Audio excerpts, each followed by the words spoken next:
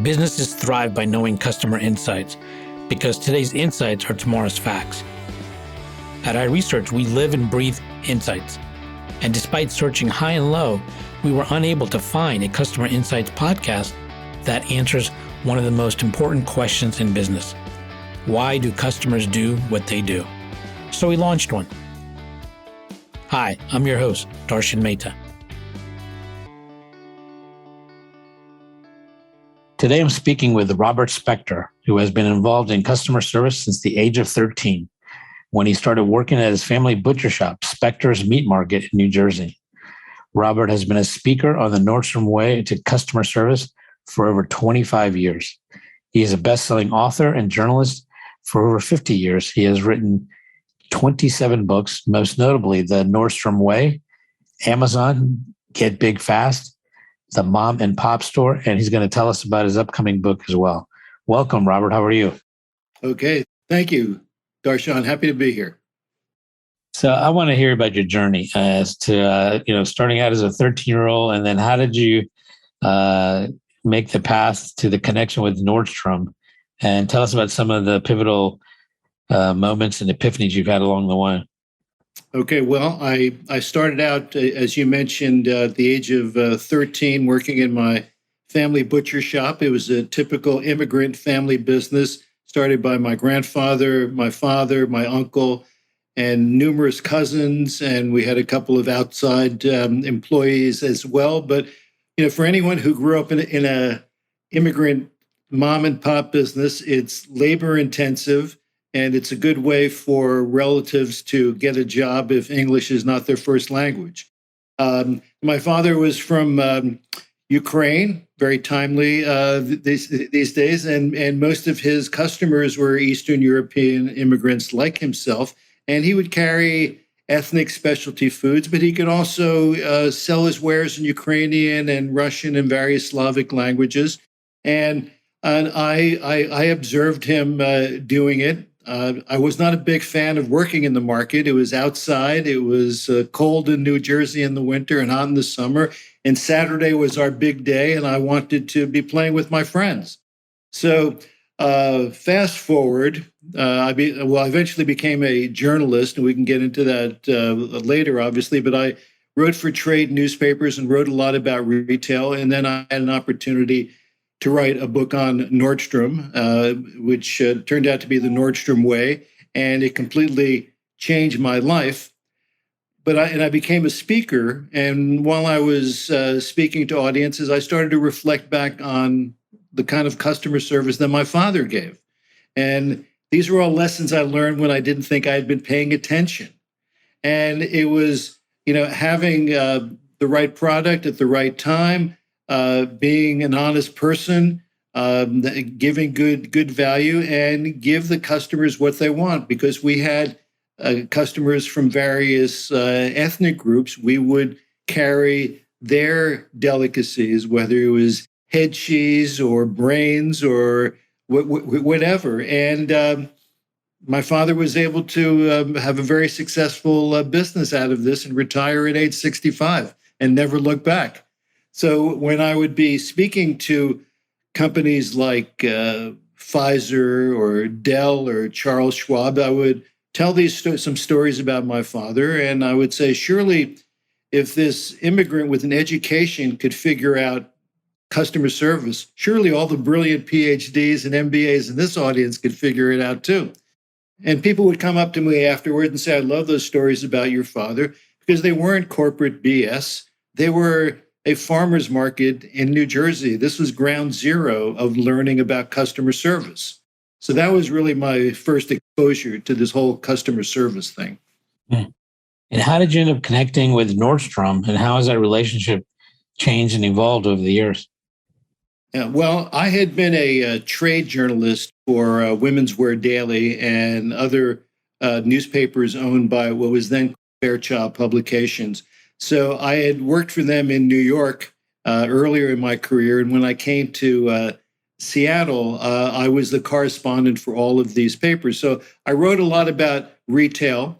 And there were some brand new companies that were starting to to make themselves known in the world. There's a little coffee company called Starbucks, which very few people had heard of it. At that time, Starbucks was so small. I did an article for Home Furnishings Daily, and I said, there's this coffee company here that sells a lot of espresso machines and coffee grinders. I think that they're worth a story. The Starbucks was so small at that time. Howard Schultz himself met me at one of their stores to talk about the number of SKUs they were moving on espresso machines and coffee grinders. And I later wrote a book, Corporate History of a Department Store in Seattle called Frederick and Nelson, which was owned by Marshall Field. And it was a traditional department store. And in fact, the building where Nordstrom is in downtown Seattle now used to be the Frederick and Nelson building. Then I was contacted by a literary agent in 1990, August 2nd, 1990, my mother's birthday and the day Saddam Hussein invaded Kuwait, to give you a little historical context there. And it was literary agent in Seattle, Elizabeth Whale, whose next door neighbor was a Nordstrom salesman named Pat McCarthy, who had been number one 15 years in a row and sold men's suits in the downtown Seattle store, outfitted entire law firms and accounting firms. And the Seattle Times had just done an article about him. So the original idea was I was going to ghostwrite a book about him. It was going to be kind of a reverse Iacocca. For those people in your audience who remember Lee Iacocca, who was a very famous CEO of Chrysler and became a kind of a media celebrity and wrote a best-selling book called Iacocca.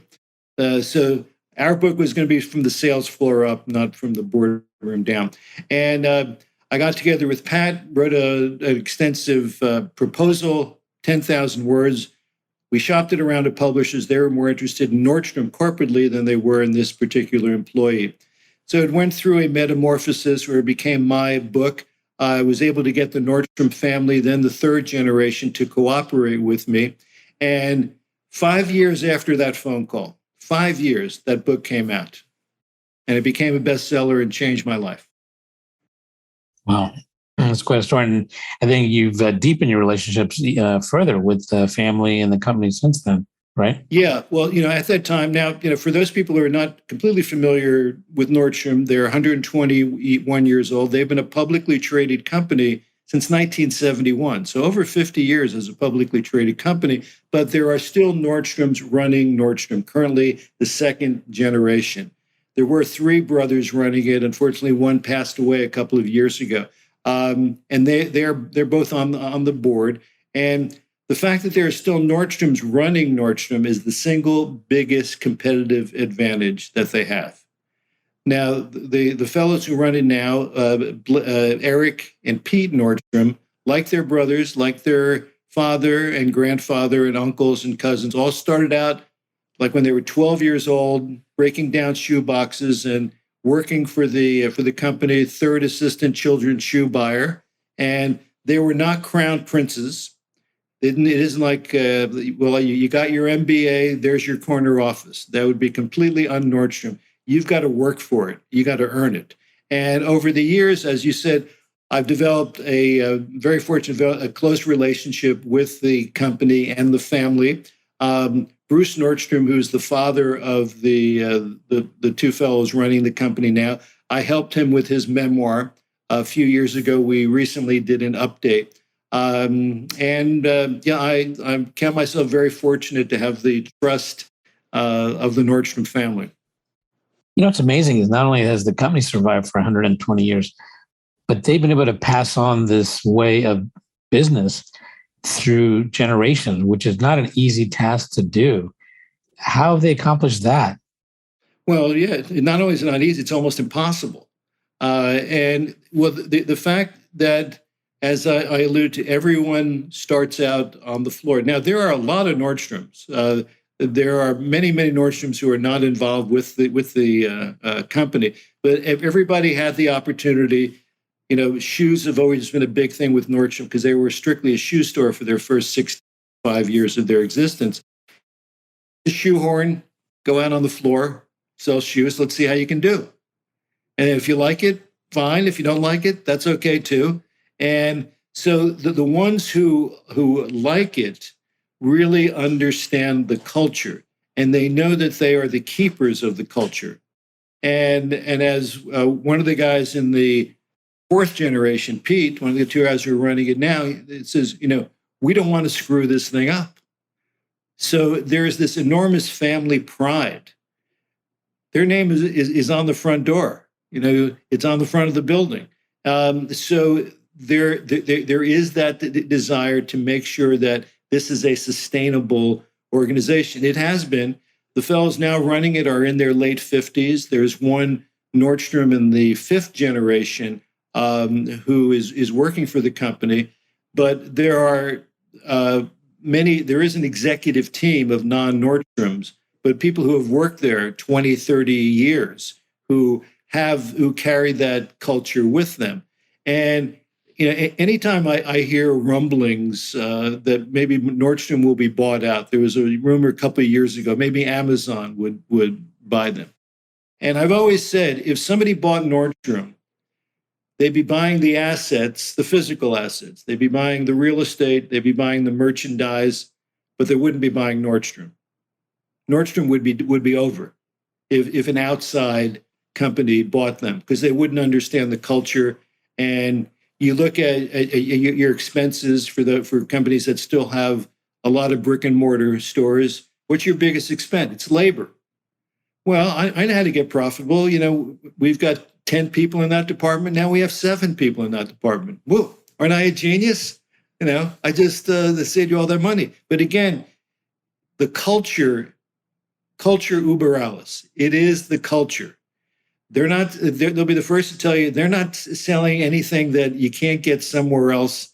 And if it's lesser made at a cheaper price. And so what can we do to entice you to buy our stuff? So it's the culture that empowers people to build relationships. And it's relationships not only when you walk into the store, it's relationships via our social media. So they give salespeople all the technology that they need to enhance that relationship with the customer. So it's always asking, what's next? Interesting. So let's talk about the Nordstrom Way to customer service. That's something you've been talking about for 25 years. What are the fundamental elements that make Nordstrom's Way unique and different, and how has it evolved over the years? Well, I'm going to start to sound boring and repetitious. So, again, start with the idea that it's the customer. We are here to serve the customer, not the other way around. So how can we make our offering enticing for the customer to want to do business with us? And first of all, it's having the right product, the right style, and the right color, the right size at the right time. That's certainly important. You have to sell the goods. And if people are still coming into the store, and they are, it's developing a relationship with a salesperson. So salespeople are empowered, and we can get into empowerment later, are empowered to build their own business, to be a franchise within a franchise. Because all salespeople at Nordstrom on the floor are on commission. They're all salaried employees. They work for the company. They aren't independent. But where they make their money is on commission. And people can make, retail salespeople can make in the 6 figures by building up a clientele. I know, a men's suit salesman in Southern California, another one in Washington, D.C., they have regular customers who are spending $35K, $50K with them a year. You get a few of those, that's a pretty good business. And they've earned the trust of those customers. Now, I'm going to sell you. So if you're my customer, Darshan, I know your size, I know your style, I know what's in your closet, I know if you've gained weight or lost weight. I know, the name of your spouse or your children, when their birthdays are. I know when your birthday is. I know when your wedding anniversary is. And in the old days, in the pre-technology, good salespeople would make phone calls. Now you send texts. Occasionally, you're going to use the phone. It's, I'm thinking of you. this great Armani suit came in. I think it would be perfect for you.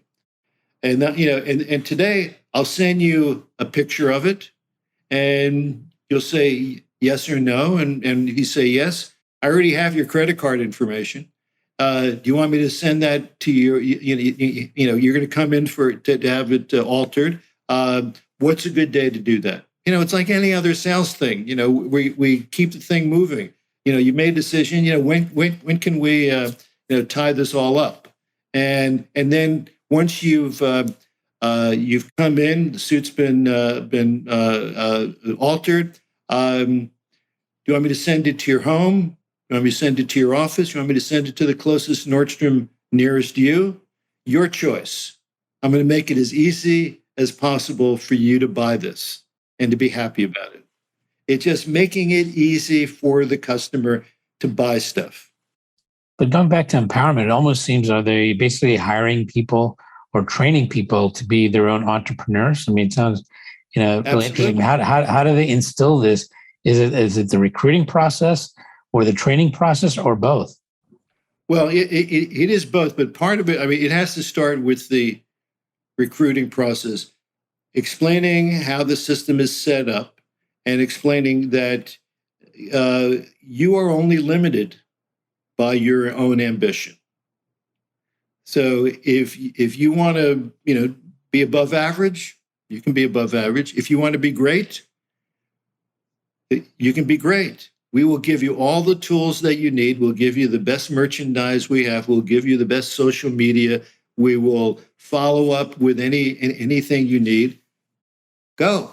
So, now you have to hit your goals, because sales per hour is one of the key metrics. Now, everybody's sales per hour in their department is listed in the stock room. So I know how much you're making, you know how much I'm making. You know where we are on the list. Being at the bottom of that list is not a good place to be, because ultimately, if you are not selling, if you're just breaking even, that's not doing either one of you any good. So Nordstrom will either give you a little more training if they see that you've got the aptitude for it, but maybe you're a little inexperienced. So training, maybe they'll move you to a non-sales position because they like you and you're infused with the spirit, but you're just not a salesperson. Then the third alternative is there's the door. So so they're looking for those motivated self-starters. You hear about motivational speakers. I've always had my question. If you need somebody else to motivate you, then that's just not going to work, because then you're going to have to call up that person every time you don't feel motivated. Motivate me. No, that has to come from inside, and those are the people that they're looking for. So how do they maintain a healthy competition among people within a department as opposed to becoming cutthroat? That is a tough one, because there are cutthroats in there. I'm not going to sugarcoat it. There are people who there are some people who Nordstrom would encourage a brand new, relatively new salesperson to find a mentor. Look around once you've been assigned to an department. Look at the people, somebody or people that you think are doing the kind of job or being the kind of employee that you would want to be. Now, some people are flattered. Said, "Sure, I'd be happy to mentor you." Other people said, "Nah, not my thing. Now, I'm doing my thing. You can figure out how to do your thing." But you're evaluated at Nordstrom on 3 criteria. One, of course, is customer service. One, of course, is sales, but the other is teamwork. So if you are a shark and you're going to kind of grab everybody who comes into your department, even if you don't have time to wait on them, that's not going to fly, because you also need to have that team player element, because sometimes I'm going to need another person in my department. I might have a a difficult issue with a customer. Perhaps they may have a physical ailment or they may have some sizing issues, whatever. But part of it is how are you helping out the other person in your department? Now, Nordstrom is very competitive, and they don't make any apologies. So now the top salespeople are competing against themselves. So today, when we're doing this interview, today or a year ago on this date, I did X amount in sales. Now this year, and 2 years ago on this date, I did a certain amount. Now this year, I want to outdo what I did last year. But also, departments compete against each other.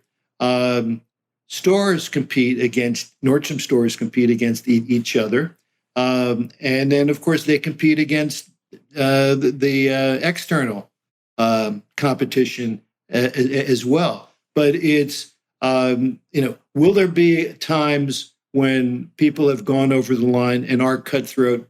Absolutely. Within a system like that, it's inescapable. But the idea is to if it's being abused, management will step in. How transferable is the Nordstrom Way to other companies and organizations? Oh, I think it's completely transferable. Most of the groups I speak to are not in retail. And I've been doing this for over a quarter of a century. I could probably count the number of retailers, 20 or 30.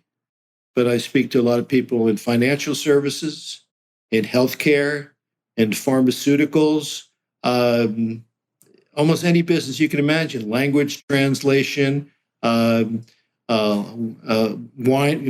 grape growing. I mean, it's, the whole idea is you have a customer, and also I speak to companies that are B2C and B2B. And if you have a customer and a customer that has a need, and you have either the product or the service to satisfy that need, and I'm going to listen to what you have to say. I'm going to find the best fit for you, follow up. I'm going to develop a relationship with you. If there's an issue, you're going to contact me, and I'm going to take care of it. All those things. So there are many people who had summer jobs at Nordstrom who became lawyers, who became doctors, who became accountants. But they take, and these are people not only that I've spoken to personally, but people who I know who have written articles about it. There's a woman who wrote an article in Forbes several years ago who is a partner at a major Seattle law firm. She had jobs at Nordstrom, and her article was what I learned as a salesperson at Nordstrom and how that helped me be a good lawyer. So all this is transferable. So what would you say are the essential elements of creating a values-driven service culture? Because that's what you're talking about, right? Right. Well, values, you can have the practices, the ways of doing business, technology, that changes. That has to change. Strategies change. But values have to be consistent. They have to be non-negotiable. This is because it represents who you are as a culture. So that must never change. There's an old. I'm a big fan of the Marx Brothers. So in one of their movies, Groucho Marx says to the person he's negotiating with, "These are my principles, and if you don't like them, I have others." So at Nordstrom, these are the values. And if you don't like them, find some other place. So we're talking about, things that are so basic, stuff that you were raised with. So we're talking about trust and respect and loyalty and humility and awareness and communication and transformation and also having fun. That's a part of it too. So when I give half-day presentations, I will talk about these various values. And for your typical keynote time for about an hour or so, we take a break, and then the group will come back, and I cover basically 8 principles. So we count off 1 through 8. The ones go to this table, the 2s go to that table, etc. Then I ask them to brainstorm. How can this value apply to your company? And I've done this again with every kind of business all over the world. And it really comes down to, I've come away with 2 immutable truths. And when I hear people who are asked by their leadership, how can we, from your point of view, how can we make your job easier? What tools can we give you to make things better? So again, I've been hearing people talk about it, and people can be passionate about their own job because somebody has asked me my opinion. So the 2 immutable truths is most people want to do a good job. And the other is most people want to feel a part of something bigger than themselves. And it's the responsibility of management to make sure that that's the case. So you stated that when it comes to singing the song of customer service, anyone can recite the words, but few can carry the tune. Right. And right. Why is that? Well, if everybody knows what good customer service is supposed to sound like, we listen to our customers, and we're there for them, and all that. It's like at the end of every, not every, but annual reports where the CEO talks about all the things, and then the last line is, "Of course, our biggest asset is our people." How many times have you read that one, right? Of course, we're laying off 10% of our biggest assets, but stuff happens. Yeah, everybody knows the cliche. Cliches become cliches because they're true. And taking care of the customer, being customer focused, and a lot of times companies or trade groups they kind of overshoot. They say, we want you to talk about cutting edge customer service or knock your socks off customer service. I said, why don't you talk about just good, solid customer service? And because it's not about the spectacular. And I've had people tell me spectacular Nordstrom stories. This has been told to me many times by many different men here in particular. They flew into a city. They were going to have a big meeting at 9:00 the next day. The airline lost their luggage. So they got this big meeting. They have no clothes to wear. And so they call Nordstrom, and they get a hold of a guy in the men's suit department. And they tell them, I need a suit, I need a shirt, I need a tie, I probably need shoes too. And they, what's your size, what color are you looking for, et cetera, et cetera. And come to the store. We'll have it all for you. We'll have a tailor on hand for when you need it. So they go there, they get outfitted, and they head to their meeting, and they feel like $1 million. And I've probably heard that story 20 times over the course. A man will come up to me at the break, and he'll tell me a version of that story. So it's, we're here for you when you need us. This is an emergency. It's not, I'm sorry, we're closed. I mean, people will come in early. They will go above and beyond the call of duty because that's a part of the culture. And it's singled out and it's rewarded. And it's made known that so-and-so did this particular outstanding act of customer service. So if you're an employee, you say, well, the people who run this place think that these acts of customer service are a good idea. Well, I should do that too. See, Nordstrom has an employee handbook, and I use employee handbook in quotes, which is just a 3-inch by 5-inch card. And it essentially says, welcome to Nordstrom. We're glad to have you with our company. We hope you have a great career, et cetera, et cetera. We're all about taking care of the customer. We have only one rule. You turn the card over the other side. It says, use good judgment in all situations. use good judgment in all situations. There will be no additional rules. So you can ask your department manager, store manager, any question at any time. That's it. Use good judgment. But what does good judgment look like?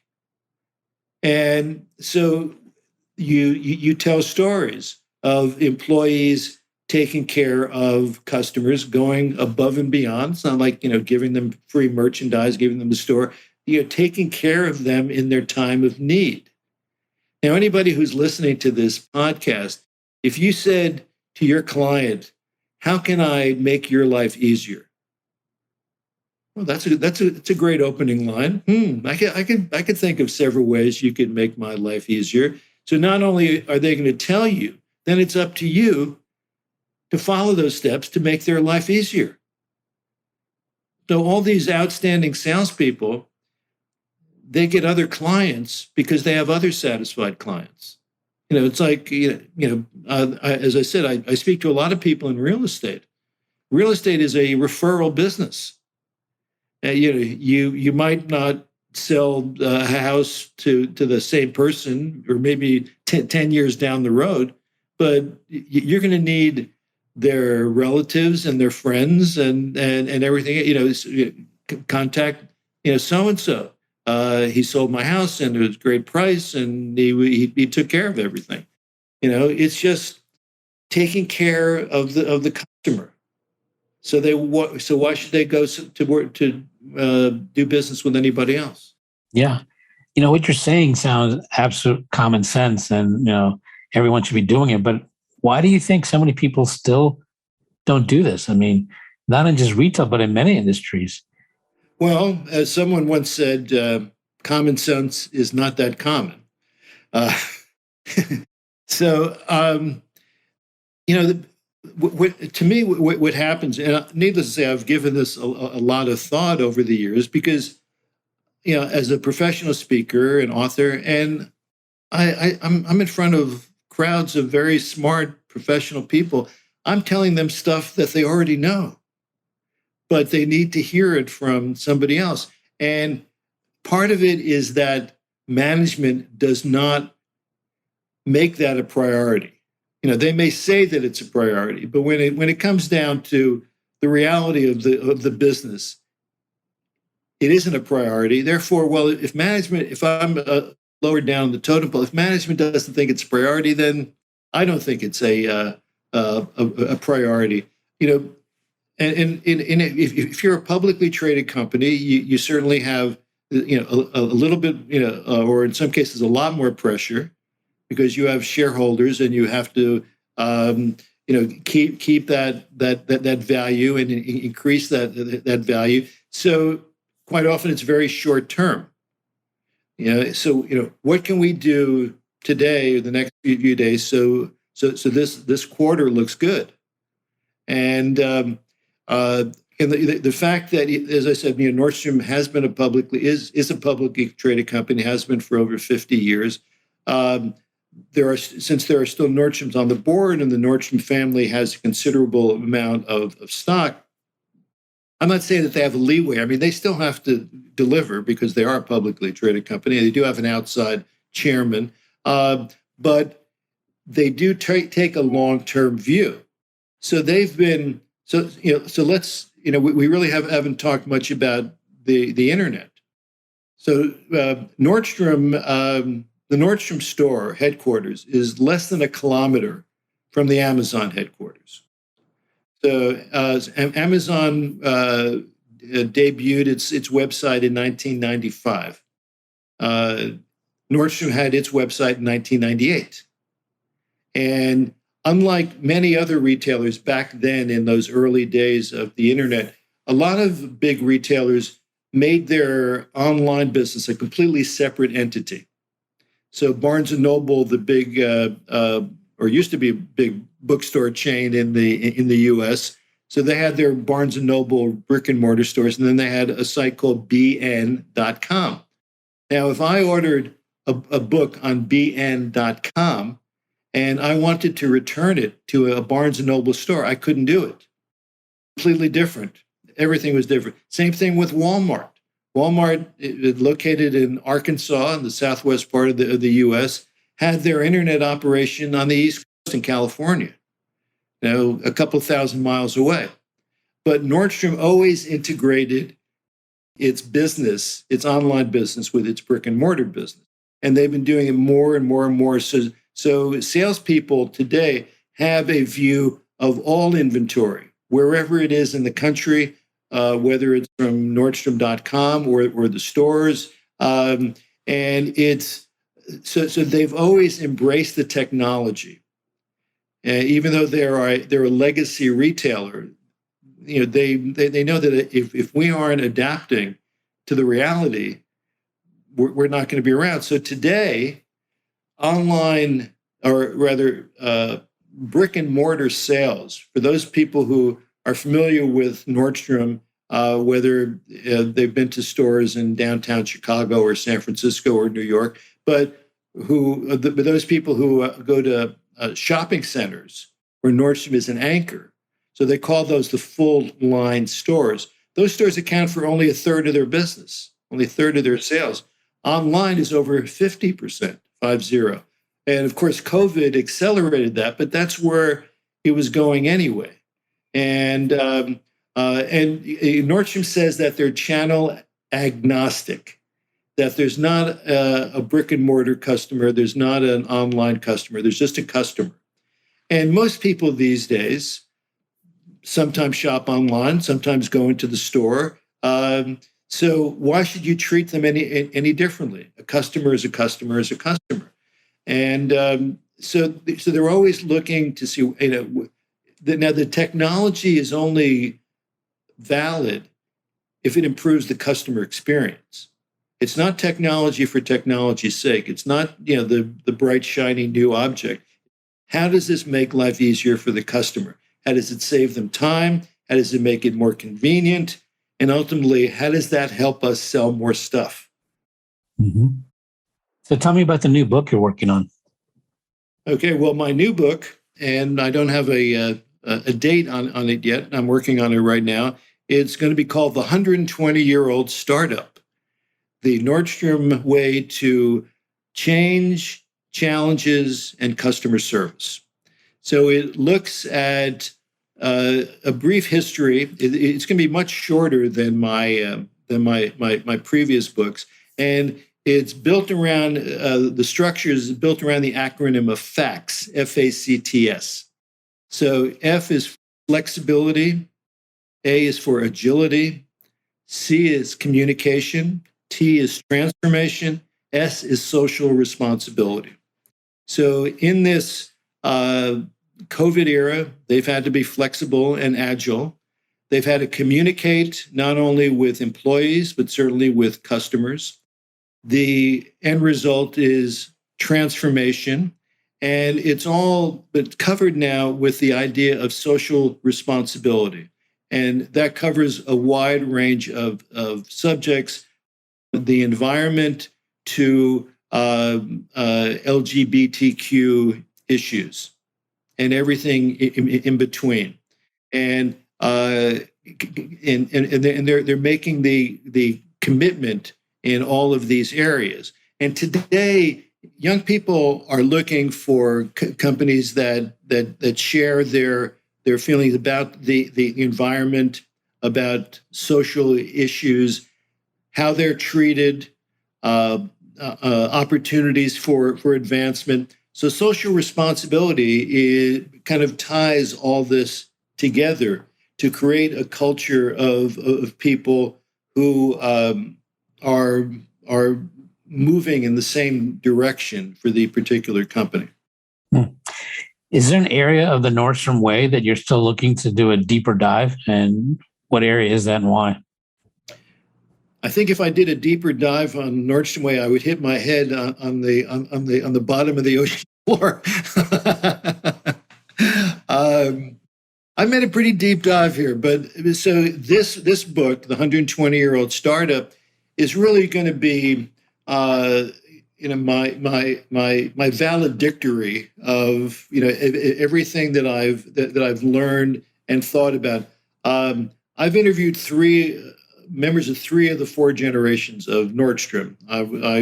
The founder, John W. Nordstrom, died in 1963, but his last surviving son, I interviewed in October of 1992, and then I've interviewed all the members of the third and fourth generations. I have a unique view on this, and Nordstrom never bores me. I mean, you would think after all these years, you'd say, well, move on to something else. And I've certainly written about other things. And if you want to talk a touch about my book on Amazon, I'd be happy to. But because it's constantly changing, and dollar for dollar, it's one of the greatest business stories in the history of American business. We will never see its like again. And I'm happy that I've had the opportunity to chronicle it, and they're going to be around for a whole lot longer. That sounds great. So, in the world of values-driven service culture, who would you love to have lunch with, and why? That's an excellent question. I'd certainly like to have lunch with Warren Buffett. I think that would be interesting. I'd like to have certainly lunch with Jeff Bezos. Now, I interviewed him for a project that was not associated with the book that I ultimately wrote. Amazon, in fact, chose not to cooperate with me when that book came out because they felt it was too early. But I was able to explain how Amazon became Amazon. I interviewed 5 of the first 6 employees and some of Jeff's former employers, his former girlfriends, and such. And so that book came out in April of 2000. In October of 2000, both Jeff Bezos and I were speaking in Stockholm, along with Nicholas Negroponte and Philip Kotler. So I knew where Jeff was going to be. It was a one-day thing. I knew where he was going to be before he went out on stage. I went over to him, reintroduced myself, and he said, I read your book. I thought you did a good job. So that was 22 years ago. I'd like to catch up with him now and say, so Jeff, what are you up to here? Because he is a visionary. But when I was writing that book and people were in the throes of the internet, people were saying, well, we're not going to need any more brick and mortar stores. Everybody's going to be ordering online in their pajamas in the middle of the night. And I knew that was patently absurd because we're all social animals. We need to be in the marketplace. We need to be in the agora because there's more to this than just the exchange of money for goods and services. It's the social aspect of it. So Amazon has opened stores. They got lots of stores. They bought the Whole Foods supermarket chain. They've got bookstores. They're adding clothing stores. Companies like Warby Parker, the eyeglass firm, which started as a pure play online company, they have 100 stores now, or something close to that. And I was at an event where I spoke, and I met one of the heads of retail at Warby Parker, when they were just started opening stores, and he said, "It's amazing how much you can learn when you talk to the customer." And it was, duh, of course, because they're right there. They've actually driven to the spot. They parked their car. They walked over to your store, so they're already motivated. And so, what do they have to say? I mean, that's valuable. I mean, it's easier than sending a internet, internet survey and saying, could you take the next 10 minutes to answer all of our questions? And you could be eligible to win a $20 gift certificate. No, it's what Amazon is. Amazon was built on customer service. Jeff Bezos said that we want to be the most customer-centric company on the planet. And I've often talked about, and I occasionally give presentations that Seattle is the customer service capital of the United States. And so in addition to Nordstrom and Amazon, there's Starbucks, there's Costco, there's REI, Recreational Equipment Inc., there's the Pike Place Fish Market people who made a whole industry out of that. And there's the rock band Pearl Jam, which is very fan-focused. And in fact, they tried to, several years ago, they tried to take on the big ticket-selling company because they felt their fans were being overcharged. And they saw how complex it is to sell tickets to venues and everything else like that. But their heart was in the right place. I think you're right. I think there is something special about the Pacific Northwest. And so I really enjoyed talking to you today and learning more about Nordstrom's. And I'm looking forward to seeing your new book that's coming out as well. And I look forward to continuing a conversation and perhaps doing another episode on some of your other books, including the Amazon book. So I want to thank you very much, Robert. Well, thank you, Darshan. I really appreciate it. Getting to AHA was brought to you by iResearch. To find out more about us, head to iResearch.com. And make sure to search for Getting to AHA in Apple Podcasts, Spotify, and anywhere else podcasts are found. And don't forget to click follow to ensure you don't miss any future episodes. Thank you for listening.